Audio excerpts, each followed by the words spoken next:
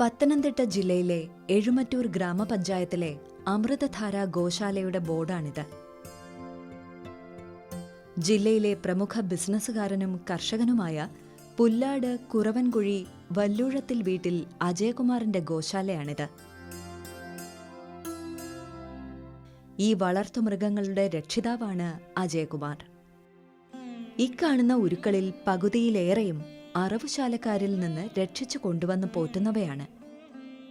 കശാപ്പിനായി കൊണ്ടുവന്നവയെ വില കൊടുത്തു വാങ്ങി സംരക്ഷിക്കുമ്പോൾ രക്ഷിതാവെന്നല്ലേ വിശേഷിപ്പിക്കേണ്ടത്?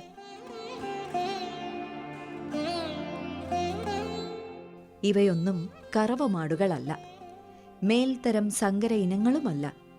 നാടൻ ഉരുക്കളാണ് ഇതൊക്കെയും. ഭാരതത്തിലെ വിവിധ സംസ്ഥാനങ്ങളിലുള്ള തനത് മൃഗങ്ങളുടെ സഞ്ചയമാണ് ഈ കാണുന്നത്.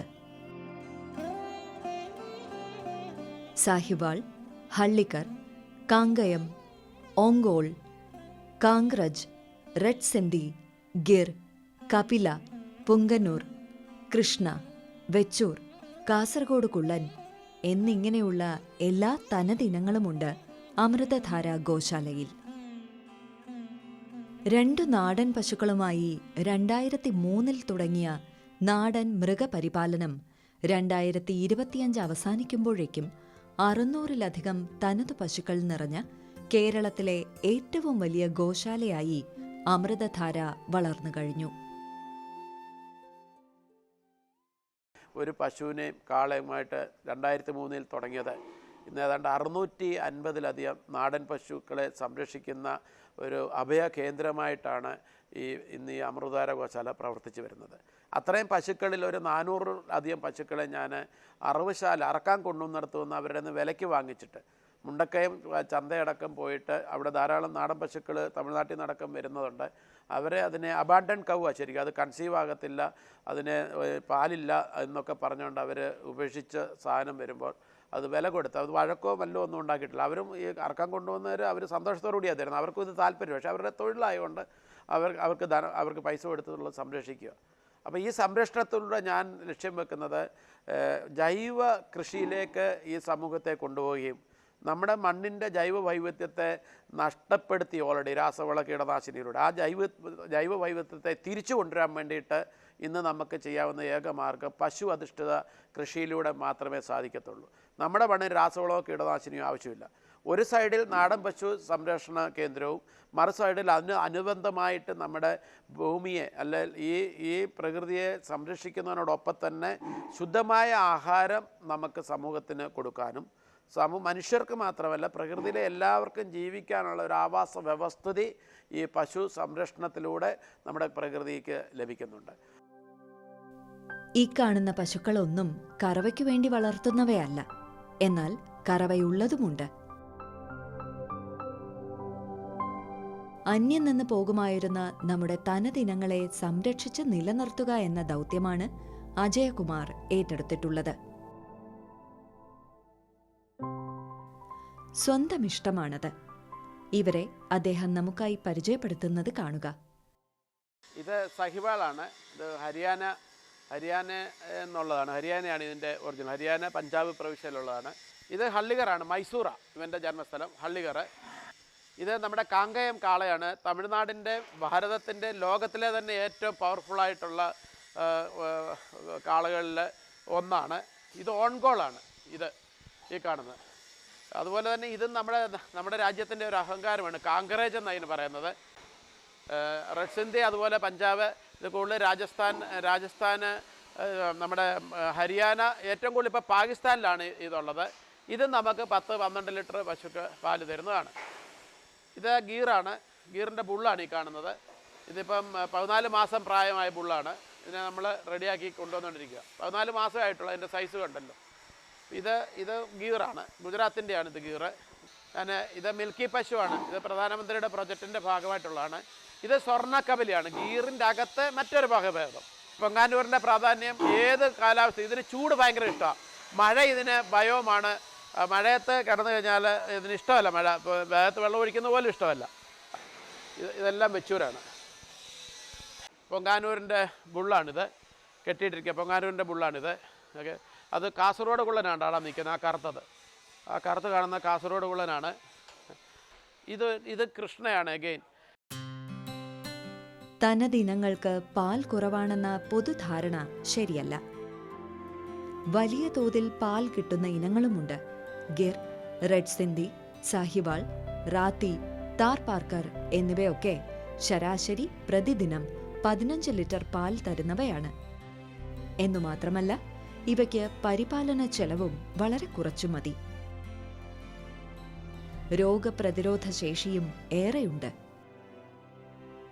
വിദേശ പശുക്കൾക്ക് ഉയർന്ന തോതിലുള്ള തീറ്റയും പരിപാലനവും നൽകേണ്ടി വരുമ്പോൾ അതിനു പകരമായി പരിപാലന ചെലവ് കുറഞ്ഞ നമ്മുടെ തനതിനങ്ങളെ ധൈര്യമായി ക്ഷീരകർഷകർക്ക് വളർത്താൻ കഴിയുമെന്നാണ് അജയകുമാറിന്റെ വിലയിരുത്തൽ.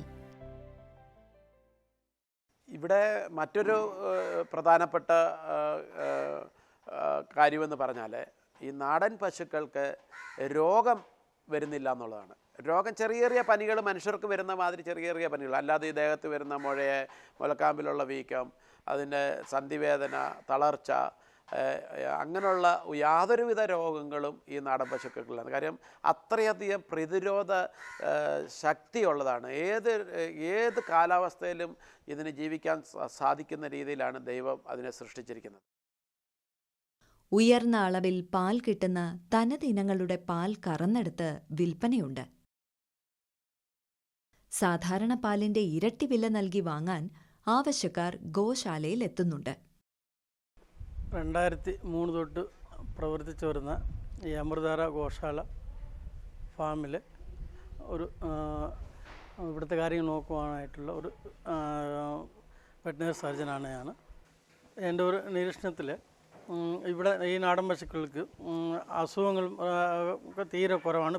റെസിസ്റ്റൻസ് പവർ കൂടുതലാണ് കമ്പയർ ചെയ്യുമ്പോഴത്തേക്ക്. പിന്നെ മറ്റേ ഹൈബ്രിഡ് വെറൈറ്റിയുമായിട്ട് കമ്പയർ ചെയ്യുമ്പോഴത്തേക്ക് ഈ നാടൻ പശുക്കൾക്ക് പ്രതിരോധ ശക്തി ഭയങ്കര കൂടുതലാണ്. പിന്നെ വലിയ ട്രീറ്റ്മെൻറ്റായിട്ടൊന്നും നമ്മൾ ചെയ്യേണ്ടി വരത്തില്ല. ഇവിടെ മാത്രമല്ല, ഈ നാടൻ പശുക്കൾ എൻ്റെ ഒരു അനുഭവത്തിൽ ഞാൻ ഈ ഫാം മാത്രമല്ല, ഈ ഫാമോട് ബന്ധപ്പെട്ട് ഒരുപാട് ഫാമുകളിൽ പോയിട്ടുണ്ട്. അവിടെ നാടൻ പശുക്കളുടെ കാര്യങ്ങളിൽ നമുക്ക് അവിടെ റെസിസ്റ്റൻസ് പവർ ഭയങ്കര കൂടുതലാണ്. ഈ മറ്റേ കച്ച പശുക്കളോ ജേഴ്സി പശുക്കളെക്കാട്ടിലും നാടൻ പശുക്കൾക്ക് റെസിസ്റ്റൻസ് പവർ ഒരുപാട് കൂടുതലുണ്ട്. പിന്നെ അത് മാത്രമല്ല, നമ്മുടെ ഗിറോ, പിന്നെ സഹിവാൾ, പിന്നെ റെഡ് സിന്ധി, ഇങ്ങനത്തെ ഇനങ്ങളിൽ പാൽ ഉൽപ്പാദനം 10-15 ലിറ്ററോളം കിട്ടുന്നുണ്ട്. ഓരോ പശു ഇനങ്ങളെയും വെവ്വേറെ അടയാളപ്പെടുത്തി അവയുടെ വംശശുദ്ധി നിലനിർത്തി പുതിയ തലമുറകളെ സൃഷ്ടിക്കുകയും അവയെ ആവശ്യക്കാർക്ക് പോറ്റുന്നതിനായി കൈമാറുകയും ചെയ്തു വരുന്നുണ്ട്. തനതിനത്തിന്റെ ബീജങ്ങൾ അതത് ഇടങ്ങളിൽ നിന്നും സംഭരിച്ച് കുത്തിവയ്ക്കുകയും സ്വാഭാവികമായി ഇണചേരൽ നടത്തുകയും ചെയ്തുകൊണ്ടാണ് പ്രജനനം നടത്തിവരുന്നത്. 2010 മുതൽ ഞാൻ ഈ ഫാമിൽ വരാറുണ്ട്. പശുക്കൾക്കൊക്കെ വേണ്ടിയിട്ട് ഇൻസുലേഷന്, വാക്സിനേഷന് ഒക്കെ ചെയ്യാറുണ്ട്.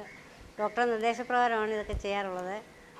പിന്നെ മറ്റ് പശുക്കളെ അപേക്ഷിച്ചൊക്കെ നല്ല ഇനം പശുക്കളാണ്. നമുക്ക് ഇടപെടാൻ നല്ല സഹായമാണ്. പിന്നെ നല്ലതായിട്ട് പാലൊക്കെ ഉണ്ട്. പിന്നെ വാക്സിനേഷൻ, FMD വാക്സിനേഷന്, റുസലോസ് ഒക്കെ ചെയ്യാറുണ്ട്. ടാഗിങ്, ഇൻഷുറൻസ് ചെയ്യാനുള്ള ടാഗൊക്കെ ചെയ്യാൻ ഞാനാണ് വരുന്നത്. 2021 ഞാൻ റിട്ടയർഡായെങ്കിലും എനിക്കിഷ്ടമാണ് ഈ ജോലി, അതുകൊണ്ട് ഞാൻ പിന്നെയും വരുന്നുണ്ട്. അമൃതധാര ഗോശാല ഇന്നിപ്പോൾ കേരളത്തിന്റെ അഭിമാന സ്തംഭമായി മാറിയിരിക്കുന്നു. ഈ വർഷം അജയകുമാർ ദേശീയ ഗവൺമെന്റിന്റെ രാഷ്ട്രീയ ഗോകുൽ മിഷനിൽ ഒരു പ്രോജക്റ്റ് സമർപ്പിച്ചു. കൂടുതൽ പാൽ കിട്ടുന്ന തനതിനങ്ങളുടെ പ്രജനനമാണ് ലക്ഷ്യമിട്ടത്. ദേശീയ സർക്കാർ പ്രോജക്റ്റ് അംഗീകരിച്ചു.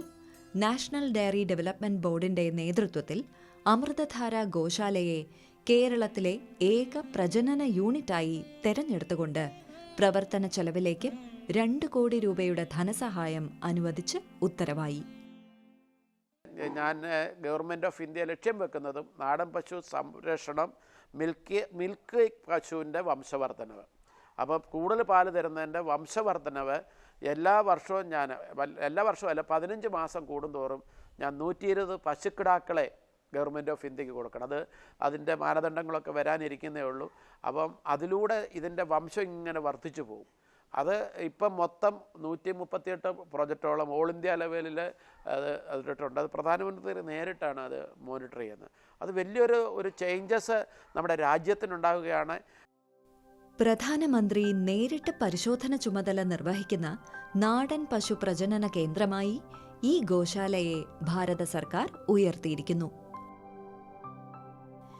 ഈ പദ്ധതി പ്രകാരം ഇനി മുതൽ ഭാരത സർക്കാരിന് പ്രതിവർഷം നിശ്ചിത എണ്ണം കന്നുകുട്ടികളെ നൽകണമെന്നതാണ് അമൃതധാര ഗോശാലയുടെ ഇനിയുള്ള ദൗത്യം.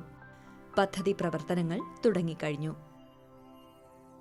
600-ലധികമുള്ള ഈ വളർത്തുമൃഗങ്ങളുടെ പ്രധാന തീറ്റ പച്ചപ്പുല്ലാണ്. അതിനായി പാട്ടമെടുത്തും സ്വന്തം പുരയിടത്തിലുമായി 36 ഏക്കറിൽ പുൽകൃഷി ചെയ്തു വരുന്നുണ്ട് അജയകുമാർ. അതത് ദിവസം പുൽത്തോട്ടത്തിൽ നിന്നും പുല്ലരിഞ്ഞ് ചെറു കഷ്ണങ്ങളാക്കി ഈ കാണുന്ന ട്രാക്ടറിലാണ് ഗോശാലയിലേക്ക് തീറ്റ എത്തിക്കുന്നത്. പച്ചപ്പുല്ല് വയറ് നിറയെ നൽകും. കൂടാതെ ഖരാഹാരമായി പിണ്ണാക്കുകളും അരിത്തവിടുകളുമൊക്കെ ചെറിയ അളവിൽ നൽകാറുണ്ട്. കടലപ്പിണ്ണാക്കും എള്ളിൻ പിണ്ണാക്കും തേങ്ങാപ്പിണ്ണാക്കുമൊക്കെ ഇതേപോലെ കുതിർത്തിട്ടാണ് നൽകുന്നത്. പെല്ലറ്റ് പോലെയുള്ള കൃത്രിമ കാലിത്തീറ്റ നൽകാത്തതിനാൽ നാടൻ പശുക്കളുടെ ചാണകം വിശേഷപ്പെട്ടതാണ്. ഒട്ടും ദുർഗന്ധമില്ല. ഖരാവസ്ഥയിലുള്ള ചാണകം പെറുക്കിയെടുക്കാം. തൊഴുത്തിലെ ചാണകം അപ്പപ്പോൾ വാരിമാറ്റി കൂട്ടിയിടും.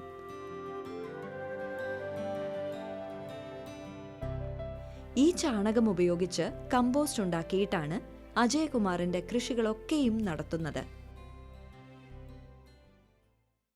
ഇത് കണ്ടോ, ഇത് ചാണകം, ഇത് കണ്ടോ, ഒരു ബാഡ് സ്മെല്ലും ഇല്ല.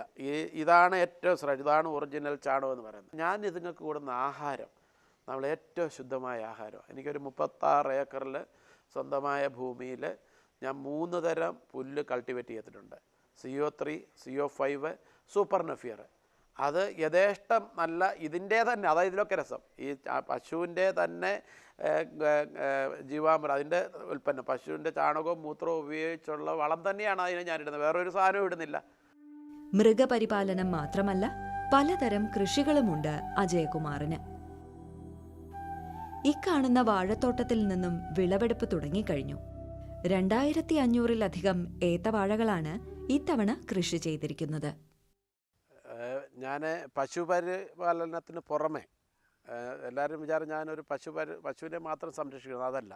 അതിന് പുറമെ ഞാനൊരു ജൈവ കർഷകനും കൂടിയാണ്. അത് പ്രത്യേകിച്ച് കൗ ബേസ് ഫാമിങ്ങാണ് ഞാൻ ചെയ്യുന്നത്, പശുവിനെ അധിഷ്ഠിതമായിട്ടുള്ളത്. അപ്പം എൻ്റെ കൃഷിഭൂമിയിൽ 2003 തൊട്ട് നാളിതുവരെ എൻ്റെ കൃഷിഭൂമിയിൽ ഞാൻ ഒരു രാസവളമോ കീടനാശിനിയോ ഇട്ടിട്ടില്ല. ഞാൻ ഈ പശുവിൻ്റെ ചാണകവും മൂത്രവും ഉപയോഗിച്ച് ഉള്ള ജീവാമൃതവും, അതുപോലെ പശുവിൻ്റെ ചാണകം തണലത്തിട്ട് ഉണങ്ങിയിട്ട് അതിനകത്ത് ഞാൻ വട്ടയുടെ ഇല, കൊന്നയുടെ ഇല, പലതരം കരിയിലകളൊക്കെ ഇട്ട്, പച്ചിലകളൊക്കെ ഇട്ടിട്ട് പ്രോസസ്സ് ചെയ്തിട്ട് അതാണ് വളമായിട്ട് ഞാൻ ഉപയോഗിക്കുന്നത് എല്ലാ ഭൂമിയിലും. അപ്പം അതുകൊണ്ടുള്ള ഒരു ഗുണം എന്ന് പറഞ്ഞാൽ, ഒന്ന് ജൈവമായ ഉൽപ്പന്നം നമുക്ക് ലഭിക്കുന്നു. അതോടൊപ്പം തന്നെ ആ ഭൂമിയെ ഒരു ജൈവ വൈവിധ്യത്തിൻ്റെ ഒരു ഫെർട്ടൈൽ ലാൻഡാക്കി മാറ്റുകയാണ്. നമ്മുടെ മൺമറഞ്ഞു പോയ മണ്ണിരകളൊക്കെ തിരിച്ച് നമ്മുടെ ഭൂമിയിലേക്ക് വരികയാണ്. അപ്പോൾ ഇവിടെ ഞാൻ 2000-ഓളം ഏത്തവാഴ വെച്ചിട്ടുണ്ട്. കൃഷി ഡിപ്പാർട്ട്മെൻറ്റിൽ നിന്നാണ് അതിന് പൂർണ്ണമായിട്ടും ഫ്രീ ആയിട്ട് ആ വിത്തുകളെല്ലാം നമുക്ക് തന്നത്. അതാണ് നിങ്ങളിവിടെ കാണുന്നത്. അപ്പോൾ നല്ല കൊല, 20-22 കിലോയുള്ള കൊല എനിക്ക് ഇവിടുന്ന് വെട്ടാനായിട്ട് സാധിച്ചു. അപ്പോൾ ജൈവ കൃഷിയിലൂടെ ഒരിക്കലും നമുക്ക് നഷ്ടം വരികയില്ല. നമുക്ക് പശുവിൻ്റെ ചാണകവും പശുവിൻ്റെ ചാണകം ഉപയോഗിച്ചുള്ള വളം കൊണ്ടുള്ള കൃഷി ലാഭകരം തന്നെയാണെന്നുള്ളതിന് യാതൊരു സംശയമില്ല. അപ്പോൾ വാഴ കൂടാതെ ഞാൻ മറ്റുള്ള എല്ലാ പച്ചക്കറി കൃഷികളും, സീസണൽ പച്ചക്കറികളെല്ലാം ഞാൻ എൻ്റെ ഭൂമിയിൽ, വിവിധങ്ങളായിട്ടുള്ള ഭൂമിയിൽ പോളി ഹൗസ് അടക്കം, കാബേജൊക്കെ ഞാൻ നടുമ്പോൾ 2000 കാബേജ്, ചേനയാണെങ്കിൽ 5000 ചേനയൊക്കെ, അതും ഗജേന്ദ്രൻ എന്ന് പറയുന്ന ചേനയൊക്കെ നട്ട് ഭയങ്കര ഈൽഡ് എനിക്ക് ഉണ്ടായി. പച്ചക്കറികൾക്കൊക്കെ ജീവാമൃതമാണ് ഒഴിക്കുന്നത്. എല്ലാത്തരം കൃഷികളുമുണ്ട്. ഈ കാണുന്നത് കപ്പ കൃഷിയാണ്. കരിമ്പും പ്രധാന കൃഷിയാണ്. ഇഞ്ചിയും മഞ്ഞളും അവിടവിടെയായി ധാരാളമുണ്ട്. വലുതും ചെറുതുമായി 300-ലധികം തെങ്ങുകളുണ്ട്. ഒട്ടുമിക്ക ഫ്രൂട്ട് പ്ലാന്റുകളും നട്ടുവളർത്തുന്നുണ്ട്. അജയകുമാറിന്റെ തോട്ടം ജൈവ വൈവിധ്യത്തിന്റെ ഉത്തമ ഉദാഹരണമാണ്. എഴുമറ്റൂർ കൃഷിഭവൻ പരിധിയിലെ മികച്ച ഒരു ജൈവ കർഷകനാണ് നമ്മുടെ ബഹുമാനായ അജയൻ ചേട്ടൻ. അദ്ദേഹത്തിൻ്റെ പ്രധാന കൃഷി രീതി എന്ന് പറയുന്നത് ഇൻഡിജിനസ് കൗവിൻ്റെ ബ്രീഡിംഗ്, ഇൻഡിജിനസ് കൗസിൻ്റെ ഒരു കൃഷി രീതിയാണ് പ്രധാനമായിട്ടും അദ്ദേഹത്തിനുള്ളത്. കൂടാതെ അതിൽ നിന്നും കിട്ടുന്ന ഗോമൂത്രം, ചാണകം എല്ലാം എടുത്ത് അതിൽ നിന്നും കിട്ടുന്ന വളോൽപാദികൾ ഉപയോഗിച്ചുകൊണ്ട് വാഴക്കൃഷിയാണ് പ്രധാനമായിട്ടും അദ്ദേഹത്തിൻ്റെ കൃഷി വരുന്നത്. വാഴക്കൃഷി വരും. പിന്നീട് പച്ചക്കറി കൃഷി, സീസണലായിട്ട് പച്ചക്കറി കൃഷി ചെയ്യുന്നുണ്ട്. അതുപോലെ തന്നെ സീസണലായിട്ട് നല്ലൊരു നെൽകർഷകനാണ്. 30 ഹെക്ടറോളം കൃഷി അദ്ദേഹം ചെയ്യുന്നുണ്ട്. അതുപോലെ നല്ല രീതിയിൽ ഫലവൃക്ഷ തൈകളുടെ ഒരു കൃഷി രീതിയും അദ്ദേഹം അവലംബിക്കുന്നുണ്ട്. കൃഷിഭവൻ്റെ കീഴിലുള്ള സംസ്ഥാന ഹോർട്ടിക്കൾച്ചർ മിഷൻ പദ്ധതി പ്രകാരമൊക്കെ ഫലവൃക്ഷ തൈകളൊക്കെ അദ്ദേഹത്തിന് ലഭ്യമാക്കി കൊടുത്തിട്ടുണ്ട്. ജനകീയ ആസൂത്രണ പദ്ധതികൾ പ്രകാരം വാഴവിത്തും ഏകദേശം അദ്ദേഹത്തിൻ്റെ 2500ഓളം വാഴ നിലവിൽ അദ്ദേഹത്തിനുണ്ട്. അതിലേകദേശം 1000ഓളം വാഴ വിത്തുകൾ ജനകീയ ആസൂത്രണ പദ്ധതി പ്രകാരം നമ്മൾ കൃഷിഭവൻ മുഖേന അദ്ദേഹത്തിന് ലഭ്യമാക്കി കൊടുത്തിട്ടുണ്ട്. എല്ലാവിധ സാങ്കേതിക ഉപദേശങ്ങളും നിർദ്ദേശങ്ങളും കൃഷിഭവൻ പരിധിയിലെ ഒരു മികച്ച ജൈവ കർഷകൻ എന്ന നിലയിൽ അദ്ദേഹത്തിന് നമ്മൾ എല്ലാ സപ്പോർട്ടോടും കൂടി അവലംബിച്ച് നൽകിയിട്ടുള്ളതാണ്. തുടർച്ചയായ ജൈവ വളപ്രയോഗം തീർച്ചയായും മണ്ണിന്റെ ഫലഭൂയിഷ്ടി വർദ്ധിപ്പിക്കുമെന്ന് അജയകുമാറിന്റെ ഈ കൃഷികൾ സാക്ഷ്യപ്പെടുത്തുന്നു. എന്തായാലും ഈ പ്രവർത്തനങ്ങൾക്ക് ഒരു പിന്തുടർച്ചയുണ്ട് എന്ന് അജയകുമാറിന്റെ മകന്റെ വാക്കുകളിലൂടെ നമുക്ക് വായിച്ചെടുക്കാം. അപ്പം ഇതാണ് ഞങ്ങളുടെ ഫാം. ഇവിടെ 600ഓളം പശുക്കളുണ്ട്. എല്ലാം ഇൻഡിജിനസ് ഇന്ത്യൻ ബ്രീഡ്സ് ആണ്. ഇവർ മോസ്റ്റ് ഓഫ് ദം അവരെല്ലാവരും അറവശാലയിൽ നിന്നും അവിടെ നിന്ന് ഇവിടെ നിന്നും രക്ഷപ്പെടുത്തി കൊണ്ടുവന്നേക്കുന്നതാണ്. അച്ഛനായിട്ട് സ്റ്റാർട്ട് ചെയ്തൊരു പ്രൊജക്റ്റാണ്.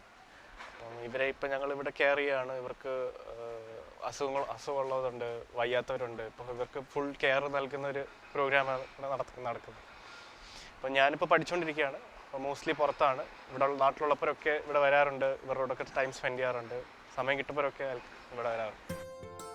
അജയകുമാറിന്റെ ഈ നിശബ്ദ പ്രവർത്തനങ്ങൾക്ക് നിരവധി അംഗീകാരങ്ങൾ അദ്ദേഹത്തെ തേടിയെത്തി. അതിലെടുത്തു പറയേണ്ട അംഗീകാരങ്ങളുമുണ്ട്. 2015 കേരള സർക്കാരിന്റെ ബയോഡൈവേഴ്സിറ്റി പുരസ്കാരം, 2017 ദേശീയ കാമധേനു പുരസ്കാരം, 2018 ക്ഷീര കർഷക അവാർഡ്, 2020 കേരള സർക്കാരിന്റെ ബെസ്റ്റ് ഇന്നൊവേറ്റീവ് അവാർഡ് എന്നിങ്ങനെ പോകുന്നു പുരസ്കാരങ്ങൾ. മൃഗങ്ങളെ പരിപാലിക്കുന്നതിലൂടെ വലിയൊരു സന്ദേശമാണ് അജയകുമാർ മുന്നോട്ട് വയ്ക്കുന്നത്. പശു അധിഷ്ഠിത സുരക്ഷിത കൃഷിയിലൂടെ കാർഷിക സുസ്ഥിരത കൈവരിക്കാനാകും എന്നതാണ് ആ സന്ദേശം. തീർച്ചയായും ഈ രീതികളൊക്കെ നമുക്കും മാതൃകയാക്കാം.